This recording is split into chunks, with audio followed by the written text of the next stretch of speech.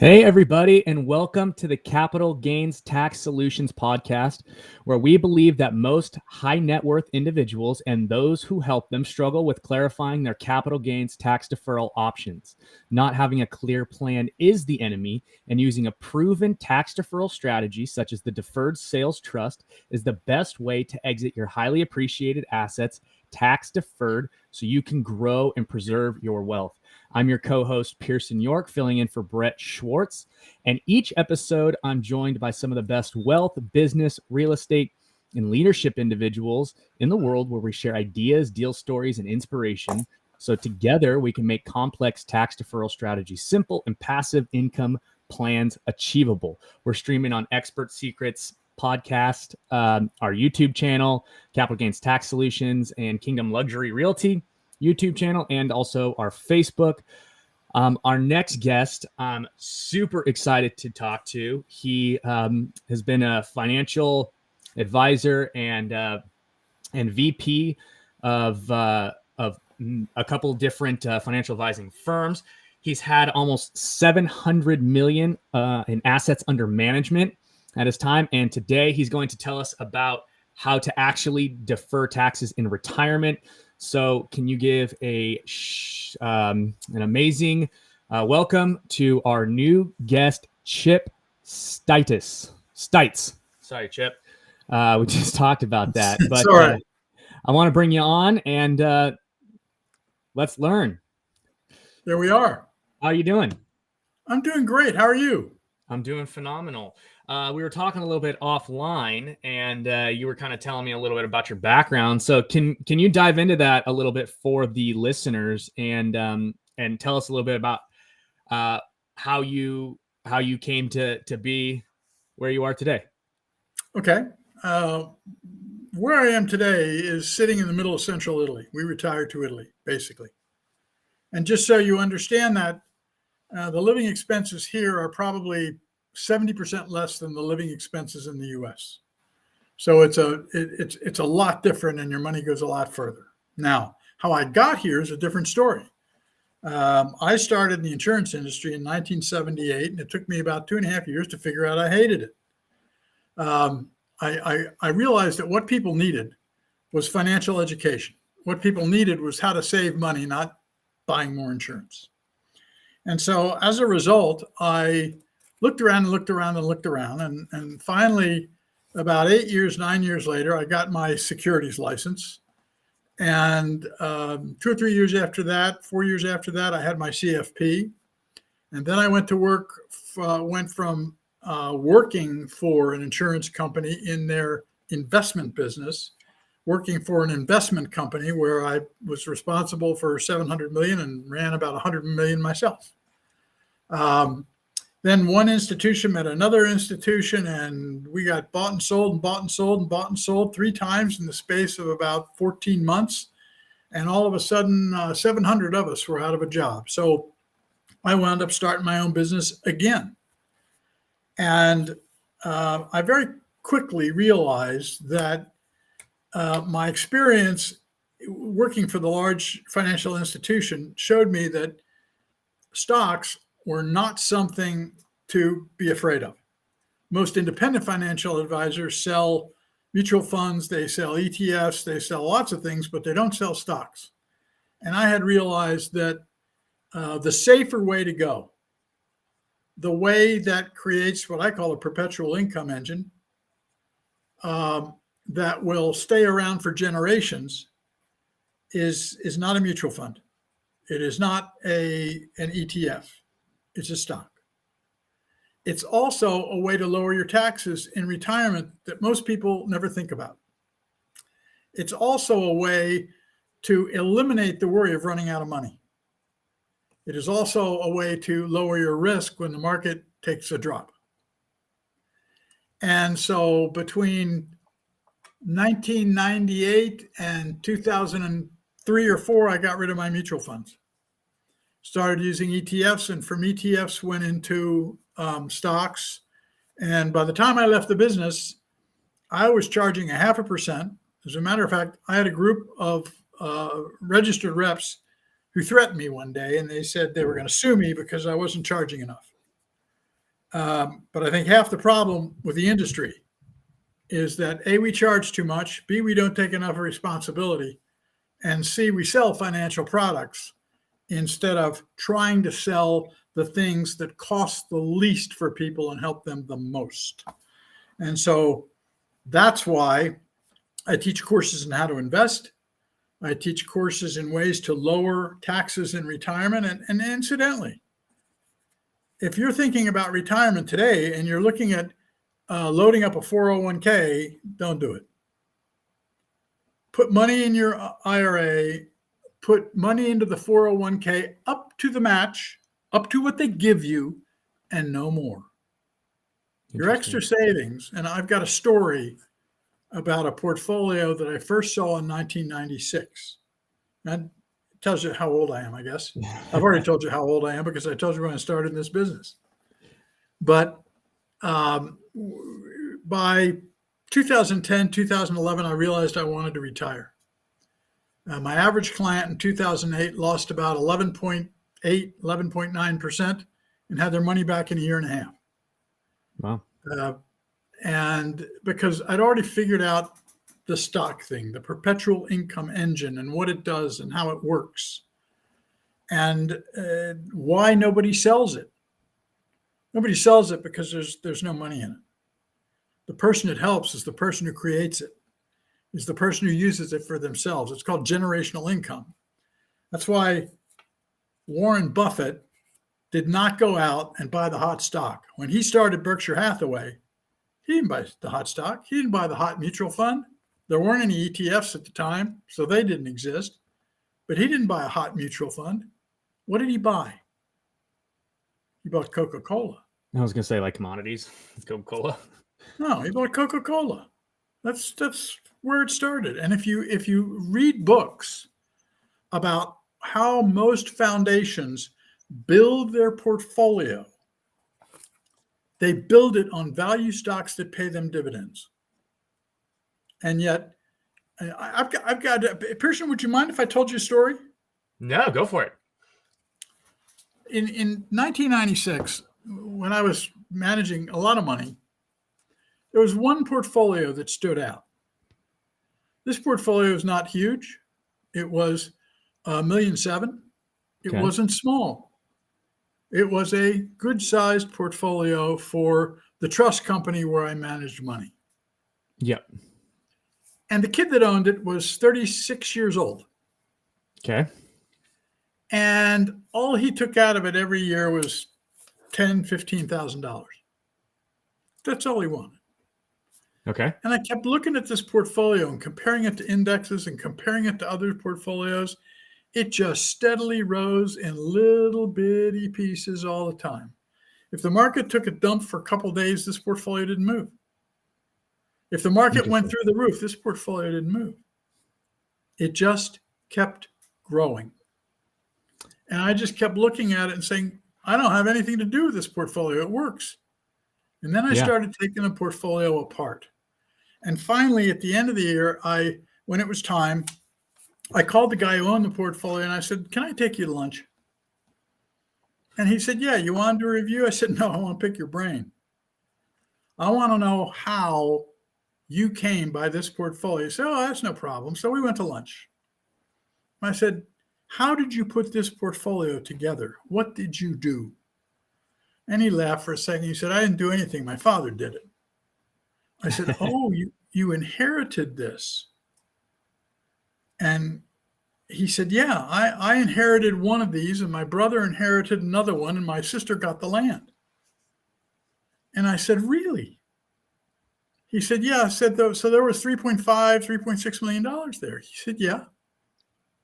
I said, well, was your father a doctor? Was he a lawyer? He said, no, my doctor was a conductor on the train. I said, your dad was a conductor on a train? He said, yeah. He said, there were three of us. There were three kids and my mother. I said, did your mom work? He said, no. I said, well, tell me how your dad put this together. I said, how long did he put this together? And he said, well, he started in the late 50s, as near as I can tell. I said, well, what did he do? He said, well, he had 4 rules. Rule number 1, only buy what you know. Sounds like Peter Lynch, actually, if you read his book. Rule number 2, only buy that which pays you for the risk that you take. Rule number 3, don't ever risk any more than you can afford to lose. And rule number 4, always reinvest the dividends. I said, well, how much did he invest? He said, well, he would go invest $100 or $200 at a time. I said, this was during the period of commission. So he was getting eaten up by commission. She said, yeah, but he looked at it over the long term, not over the short term. Interesting. Okay. I said, so he just kept, and this had Coca-Cola, Palmolive, Procter & Gamble. I mean, you name the company that you know, Kimberly-Clark, that is foundational to our country, AT&T at the time. Yeah. It had utility after utility after utility. And when I did the risk outline of this portfolio, he was taking less than 70% of market risk. And then I started learning about dividends. And I realized that even when the market goes down,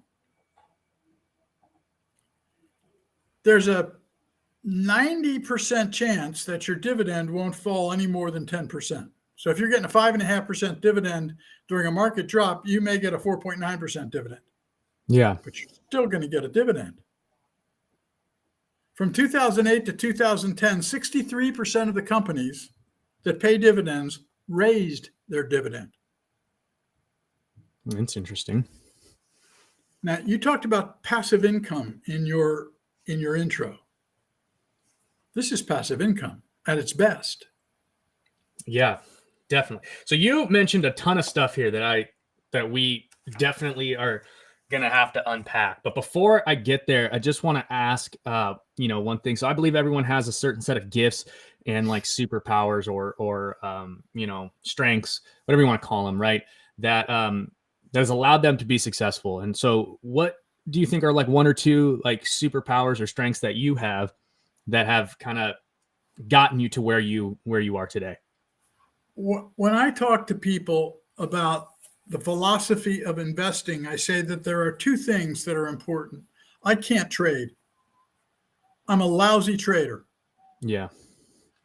I am not very good with growth stocks. I have to use ETFs for the most part. I'm pretty good with bonds, but I am very, very patient. So I have, number 1, my philosophy of investing contains 2 things. The first one is Aesop's turtle. Turtle and the hare turtle? The turtle won the race. I am not a hare. I'm the turtle. The turtle wears his safety on his back. Those are your dividends. The turtle plods along all the time. Those are your dividends. When the market goes down, a stock that pays dividends is not going to go down as much as the market. When the market goes down, commodities, there are a number of things that don't go down the same way the market does. So the result was in 2008, when my clients didn't lose a lot of money, it was because they were in dividends, they were in commodities, they were in utilities, they were in things that weren't high risk. And so those people wound up coming out of it faster, safer, better, with more than the people who got scared and got out, or the people who had growth funds and had to wait till 2013 to 2014 to get their money back. My second philosophy is a guy named Friar Occam. Okay. That you may have heard of, because what he's famous for in the movie with Jodie Foster is Contact, is the name of the movie. Okay. And the mean senator asked her, "Have you heard of Occam's razor?" And she said, "Yes, it's generally the simplest answer is usually the best." Right. It's the same with investing. The times I have gotten hurt the most were the times I tried to invest in something that was complicated. And so you understand, I've lost my butt in a couple of investments. I mean, serious butt. If you'll excuse the statement, because they were too complicated. They were private placements. They were special things that I understood what they were doing because I actually had the cancer treatment myself. So I understood exactly what they were trying to build. Yeah. I'd been there, done that. But how they did it and what they could do with the money, I didn't understand. That's why rule number one, only buy things you know. Rule number one. Okay. So just in summary, your superpowers are the fact that you are really patient and you will invest for the long term, not the immediate quick gain. I think there's a lot of, is that fair to say? That's fair. I think there's a lot of wisdom in that. And I think that's where a lot of people, especially in like the millennial generation right now, I think that's where we're falling short, is because we're so,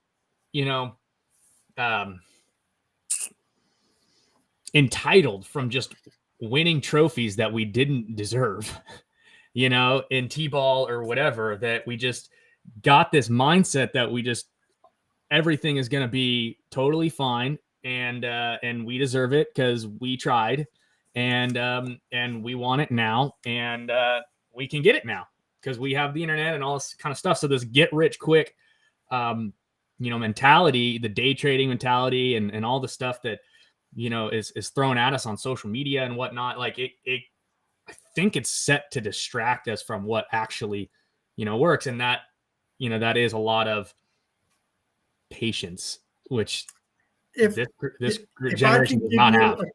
If I can give you a quick example of that, Pearson. Yeah. When I started in this business, which was decades ago, the average holding time for a stock was 5.5 years. Do you know what the average holding time for a stock is right now? Probably like 3 days, if that. The average holding time now is 5 months. 5 months. Do you know when most stocks make most of their money? No. Year 7 to 10.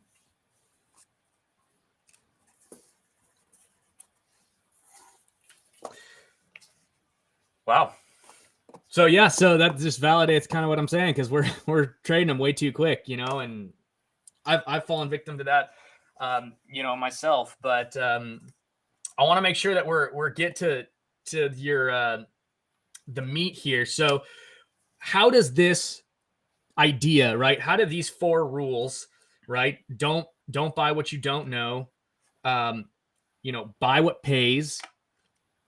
Don't risk more than you're willing to lose, right? And then reinvest. How does this philosophy of investing translate over to deferring your taxes and lowering your taxes in retirement? How does this work? Most people in retirement load up the 401k. I got laughed off a chat room one time because I said, don't load up the 401k. Try to save yourself 1% and be consistent at it. Don't buy mutual funds. Don't buy ETFs. Buy stocks. And I was laughed out at 1%. What's that? 1%. That's nothing. 20 or 30 people called me an idiot, which is fine. To some people, I am. But in retirement, if you have all your money in an IRA or a 401k, you take it out in your highest bracket. You add up everything you take out at the end of the year, and that's your highest bracket, less your deductions. That's what you're taking out. Okay. Okay? You're in ordinary income all the time. If you take out a little extra to stay in your tax bracket, but take out some extra, put it in a after-tax account, and you buy a U.S. domiciled company that pays you 5 or 6%, your tax bracket is 12 to 20%. The average person's tax bracket is higher than that. If you buy a master limited partnership that gives you a K1, which CPAs don't like, but that's what they're there for, then you will pay no taxes. You just reduce your basis. So you're not paying any taxes on that. If you buy a real estate investment trust in a Roth IRA, you're going to get 5, 6, 7%, but you're not going to pay any taxes on that. So by taking money out, extra money out of your IRA and investing it in an after-tax account or a Roth IRA for income as opposed to growth, you can actually lower your taxes. Most of the people that I knew who wanted to stay with growth all the time, who wanted to stay in their IRAs, their actual tax bracket went up. Congress needs to go ahead. I was going to say, so it sounds like, just to break down for the listeners here. So it sounds like there's two different vehicles that you, well, there's more than that, but two main vehicles that you're leveraging kind of back and forth with different goals. So the IRA account is used for growth. And then the Roth IRA is what you want to use when you start taking payments or distributions so that you're not paying the taxes. Is that fair?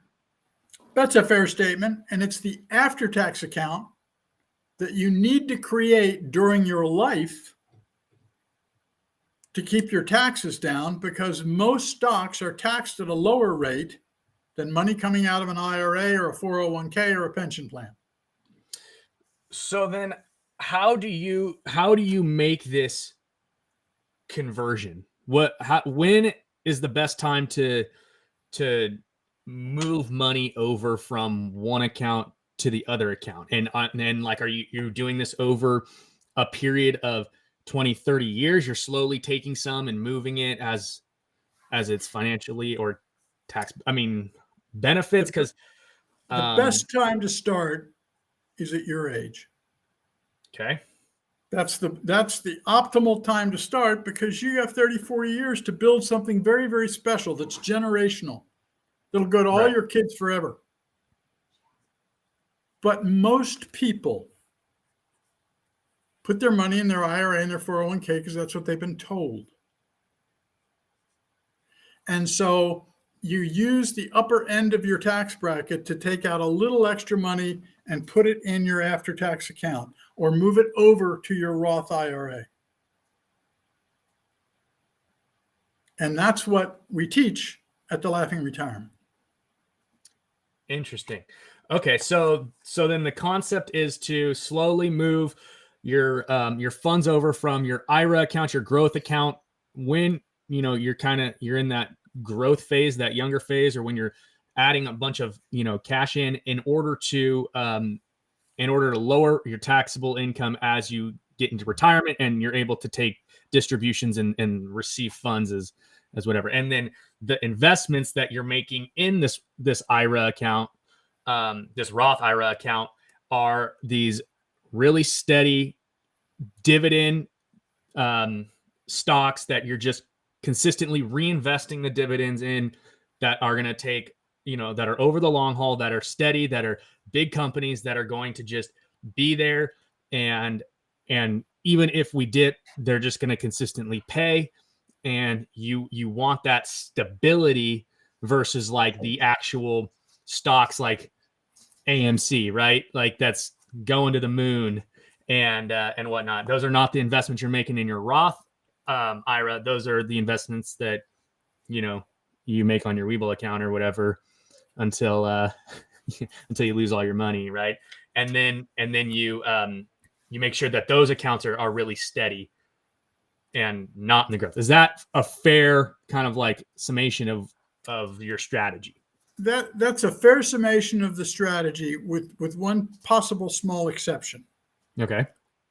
If you go to Investopedia and you read the definition of a value stock, okay, in the last paragraph of that definition, there is a line or two that says this: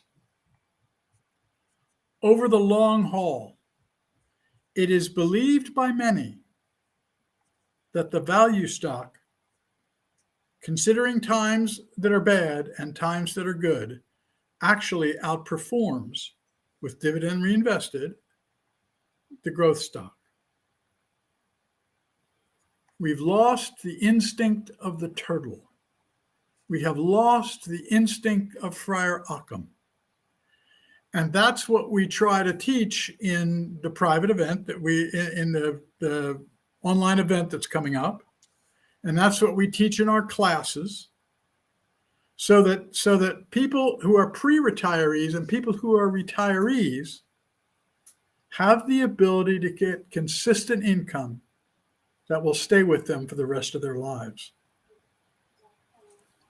Okay, so value stocks are really the stocks that you want to be investing in, at least a good portion. To my way of thinking, with my belief system and my abilities, absolutely. Okay, so for your strategy, the value stocks are the ones that you would be targeting, just because it fits so well with the patient, the long-term, reinvesting the dividends, and overall growth when the stocks are hitting that 7-year period where they're blowing up. That makes perfect sense. Absolutely. Let's liken it to the thing that you like so much, real estate. Yes. You buy a house. Mm-hmm. You got to put some money in it. You got to fix it up. Yep. You get to deduct that, but you're still putting cash into it.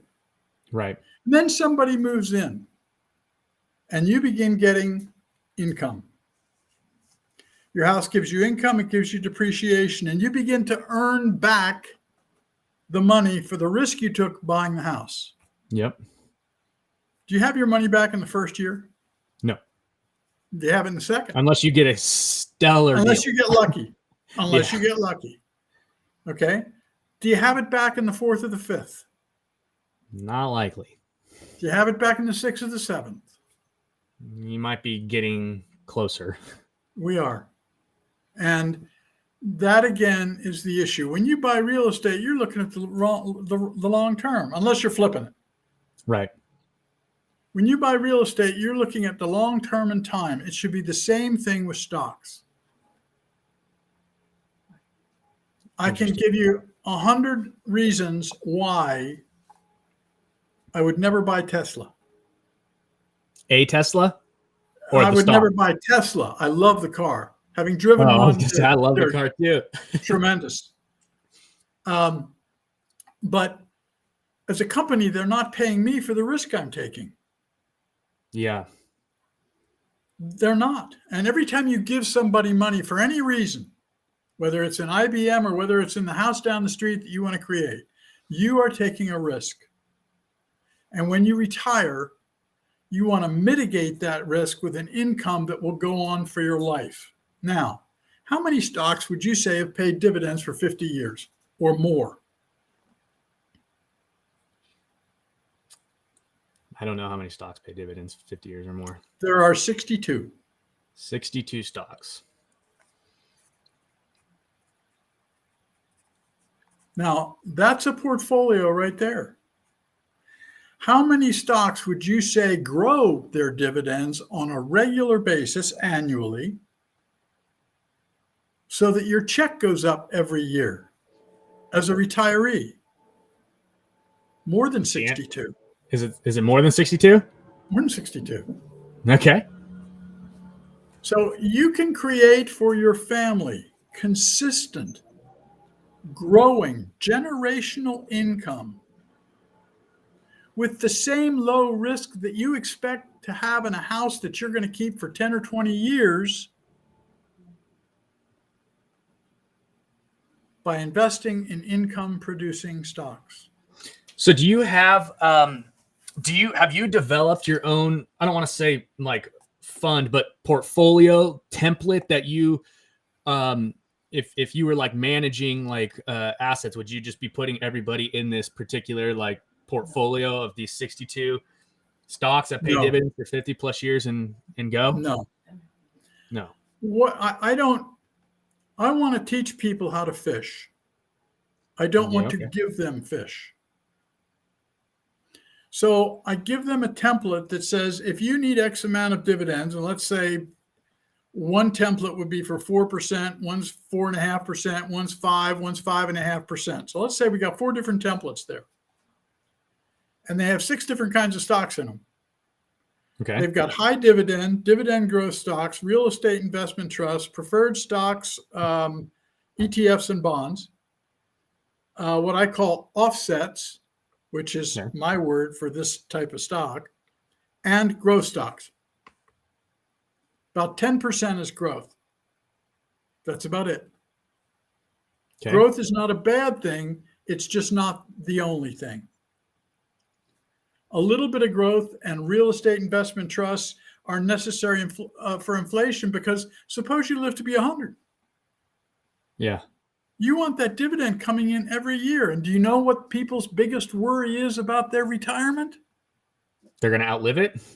They're going to outlive it. Fear number Yeah. 1. And that's the first fear we get rid of.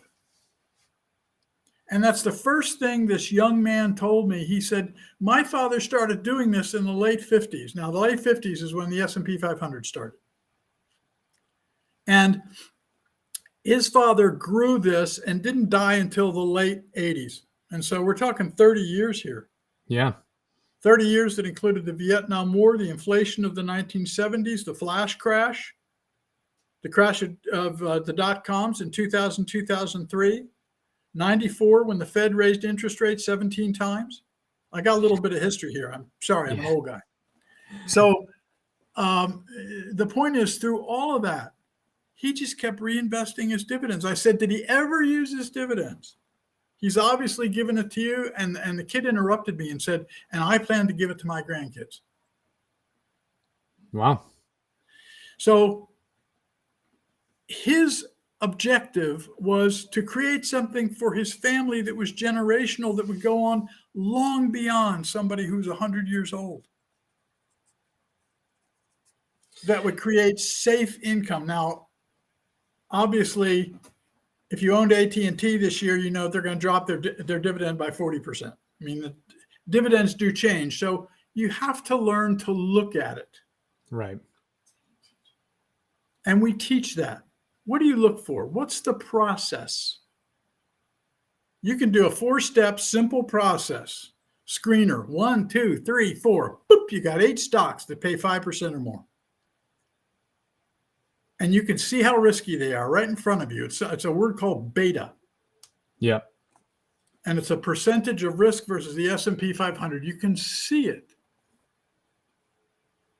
It's just not, we're told over and over again, you're not smart enough. I've been told. I'll tell you a quick story. I went to sell my business because in 2000, 2003, they were offering a whole lot of money for businesses like mine. Yeah. And I thought, hey, I can do this and work for somebody and rake in an extra whole lot of money, upper 6 figures. Yep.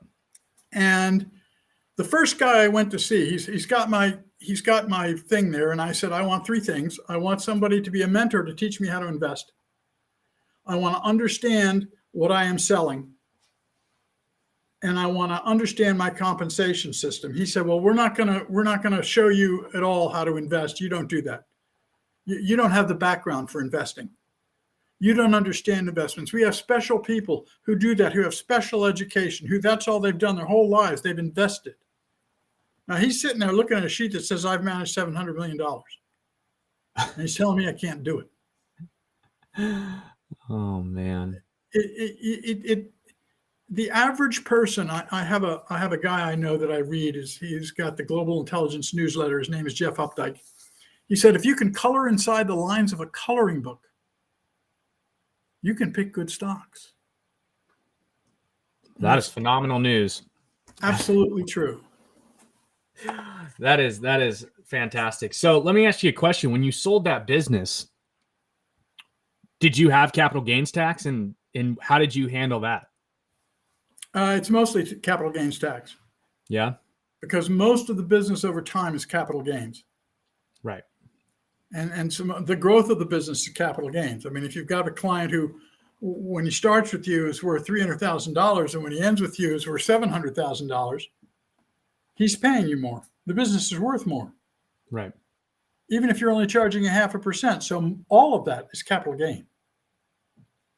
So did you have to pay that over time, or how did you defer any of that, or how did you mitigate that? I paid it annually. So that's what our kind of unique situation is here with the capital gains tax deferral podcast. So we really emphasize the Deferred Sales Trust, which allows you to defer the capital gains on the sale of a stock or a business or real estate, even Bitcoin, art, whatever, and not have to defer it, or not have to pay it, defer it, and then invest it into whatever asset you want. So you can sell a piece of real estate and go into stocks and bonds and mutual funds, or you can sell a stock and you can go into real estate, or you can sell Bitcoin and you can go into stocks and real estate, or you can sell a business and go back into business, or go into real estate, or you could sell real estate and go into business. It doesn't matter. You get diversification. When do you owe the capital gain? Yeah. So you basically, how it works is, before you sell the asset, you transfer it to the trust, and then the trust sells the asset. And then however the buyer, right, if they fund the trust, and the trust turns around and writes you a note. And that note is based on your risk tolerance questionnaire and everything that we do, in the beginning. But then they go ahead and they invest that. And so we work on 10-year notes with typically about an 8% return net of all the fees to go and invest those into whatever. So the greatest one of the greatest stories is, so this guy named Cal, one of our clients, he owned a financial advising business, and he wanted to sell it, but he was going to have to pay a ton of money in capital gains tax. He actually, his wife was a attorney for the U.S. Treasury Department, and she had a bunch of friends in the IRS and big 4 accounting firms and all that kind of stuff. And he kind of came across the strategy. He was like, this is weird. I've never heard about it. It sounds too good to be true. Is it even legal? So he gave it to her, and he's like, hey, go vet this with your friends. If it's true, we can literally sell the business today and retire 10 years early. And she went and had her people audit it and do all the stuff that they do. And she comes back a couple days later and she says, it's legit. And he's like, those 2 words changed my life. I've heard of the capital gain deferred trust. Yeah. So the Deferred Sales Trust. So it's an amazing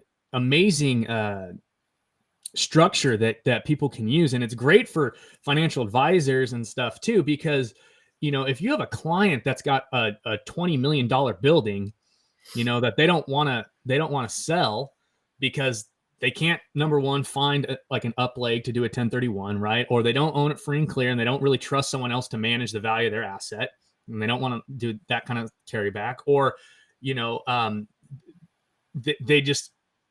see the market kind of going down, and they don't want to go into another property, right?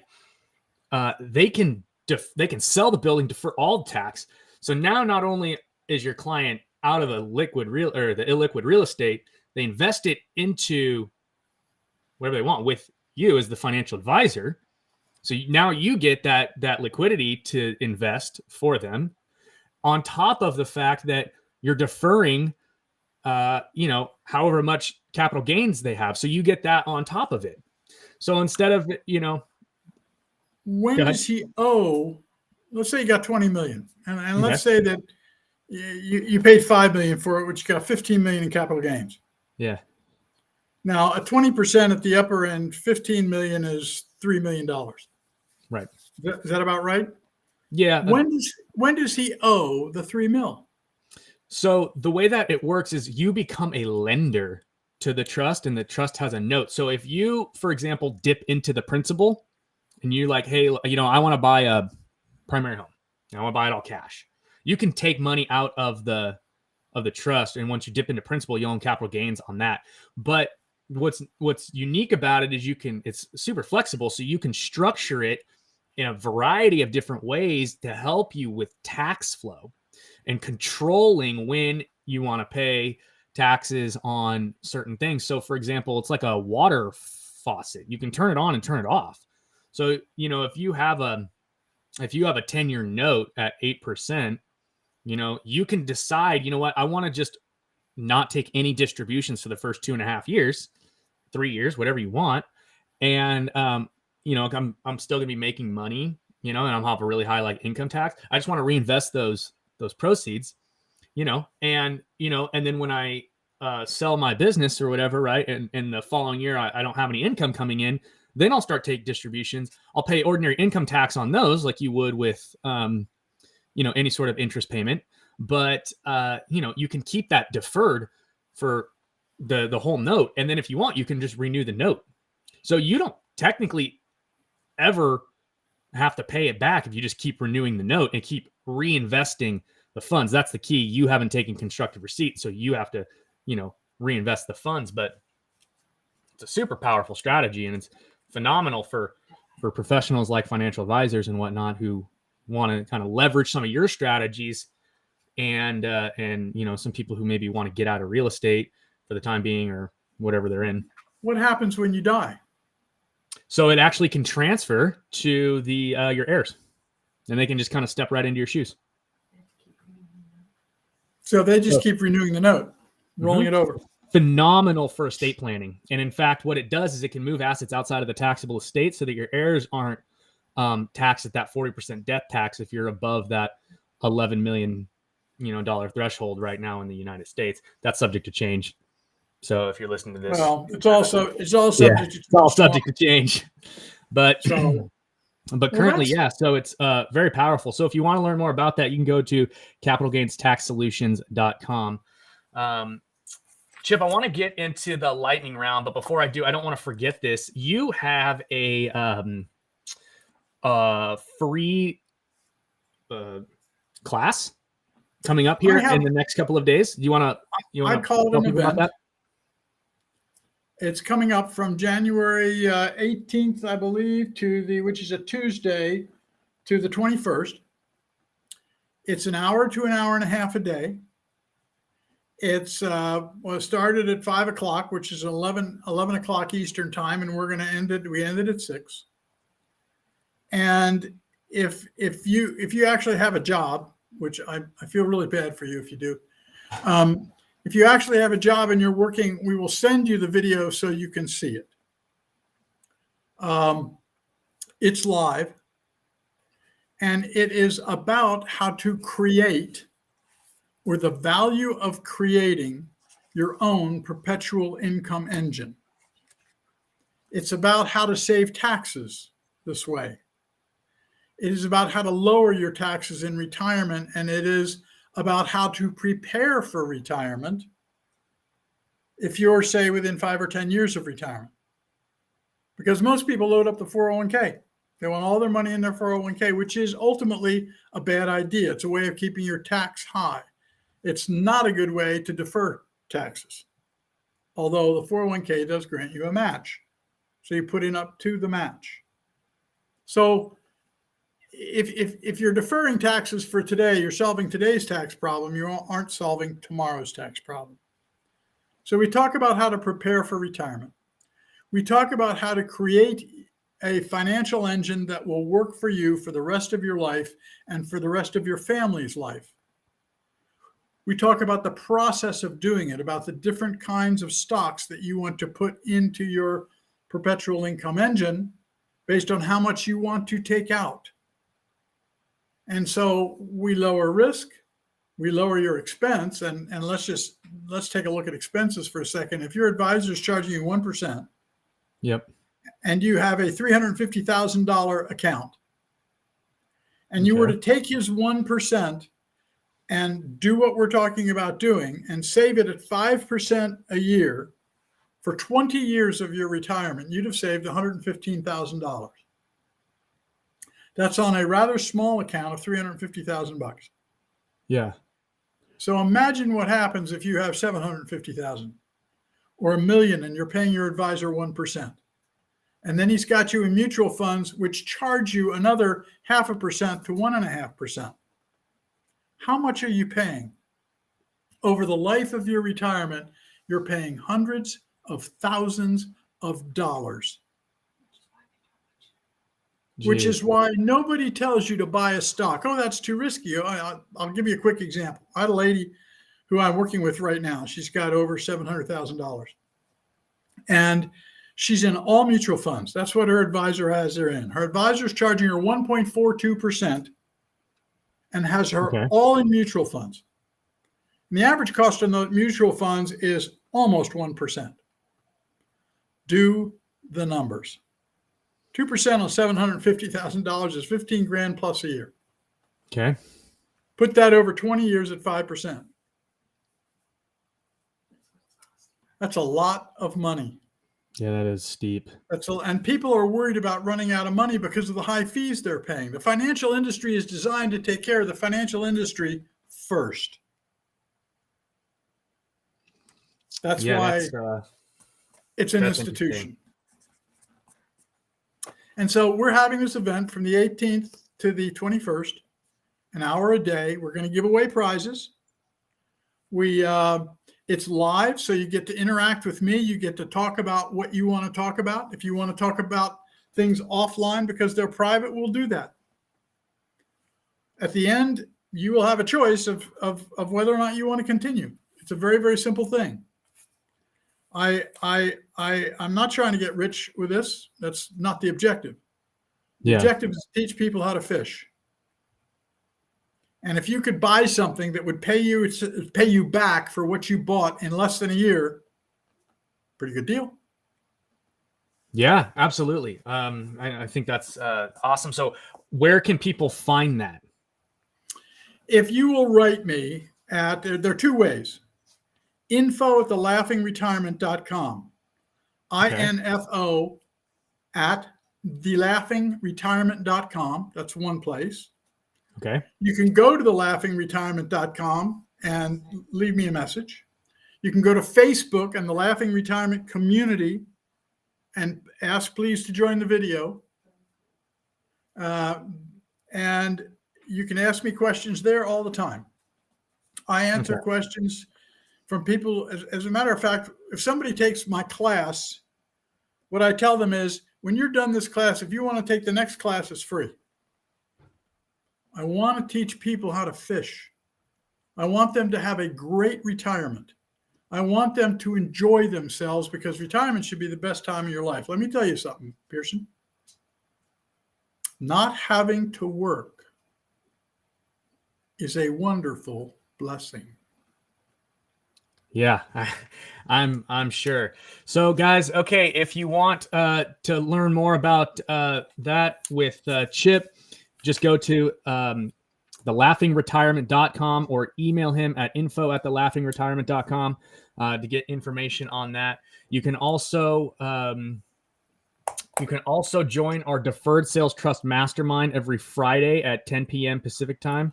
And we will have a group there. You can come learn, ask questions, all that kind of stuff. It's live, so feel free to hop on.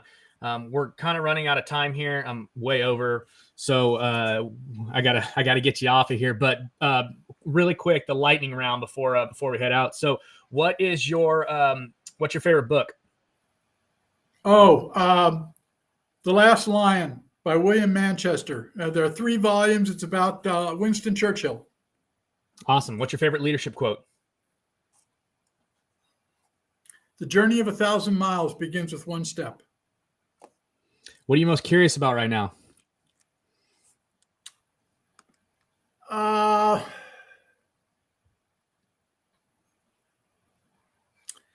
That's interesting because I'm curious about everything. I'm curious about what this market will do in the next 60 days because I think we're going to see a change. Yeah. I see the indexes rolling over, and I think we're going to see a change in the next 60 to 90 days, and I'm preparing for it now. Interesting. Yeah, we'll definitely have to watch out for that. So, okay, guys. Well, we got to get out of here. So, Thank you again for listening to another episode of the Capital Gains Tax Solutions podcast. As always, we believe most high net worth individuals and those who help them struggle with clarifying their capital gains tax deferral options and not having a clear plan is the enemy, and using a proven tax deferral strategy is the best way to protect and grow your wealth. Please rate, review, and subscribe. And again, if you guys want any more information about Chip, go to thelaughingretirement.com, and you can find out more about the Deferred Sales Trust at our mastermind every Friday at 10 p.m. Pacific time. And you can sign up for that at capitalgainstaxsolutions.com. Thank you guys for everything, and we will talk to you soon. Have a good one. Thank you.